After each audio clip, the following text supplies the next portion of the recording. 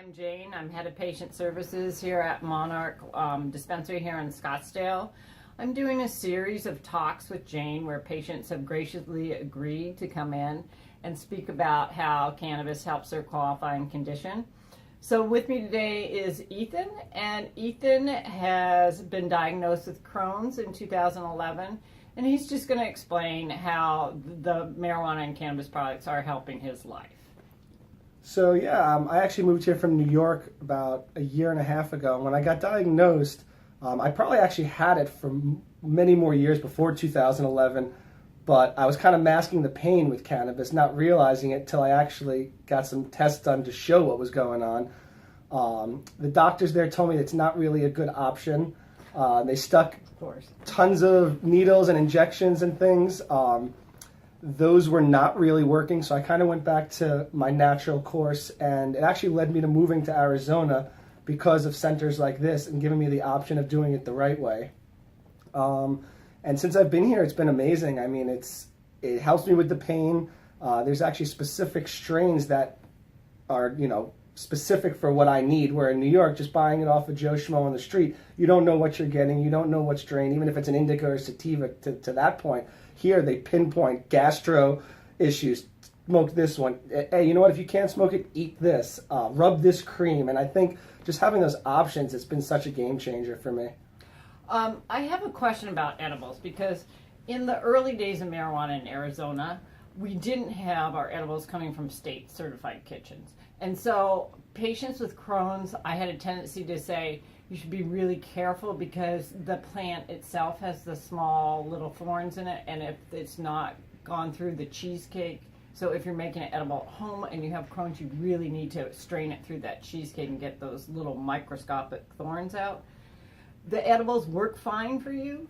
I never really, until I moved here, edibles really wasn't something I used on a medicinal level. Mm-hmm. But I found just some of these taffies and some of the dried apricots, things like that are not even sweets necessarily, I think work the best for me. Right. And what's great is normally, I would eat edibles and I couldn't function afterwards. Uh-huh. And what's great about these is I could actually eat one when I wake up in the morning, and it's almost like a cup of coffee for me and jump starts my day. And the rest of my day, I realize I'm pretty much pain-free because of it. Yeah.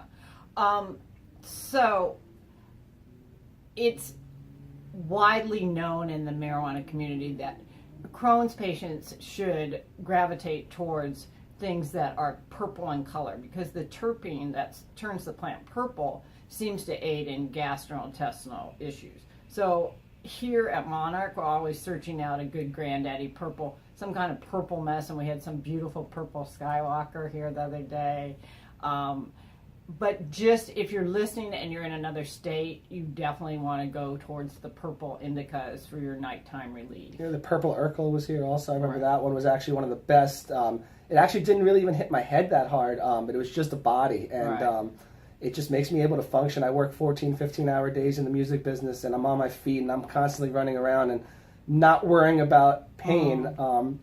I learned here recently that when they put me on some different pain medication through the Mayo Clinic, through the doctors, and they've been great doctors, but I was allergic to one of the pills that they gave me, and within a month it was shutting down my pancreas, put me in the hospital for a week. They took me off all that. I came back here, I think 12 hours after being released to the hospital. The pain went away about 3 days later, and I never looked back at those pills. And my doctors all said my numbers have been improving week by week, and it's been about 3 months now. So you can say it works for you, but do you know other people in the Crohn's community that have had success also?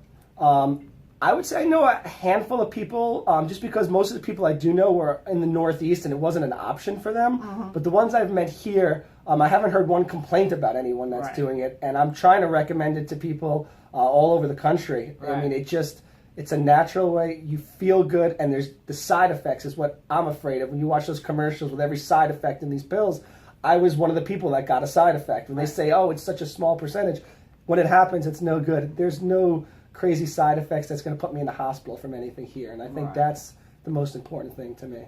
Yeah. The single molecule drugs always have side effects, and that's where the pharmaceutical companies are racing to embrace marijuana and try to get that going for them, too. Ethan, I want to thank you for talking to us. Absolutely. And I was kind of prompting them about the Crohn's, because everyone I've met with Crohn's in my experience has been helped by marijuana and cannabis use. I just, coming from me, it doesn't sound as sincere as coming from Ethan. So thanks, and everybody have a good day.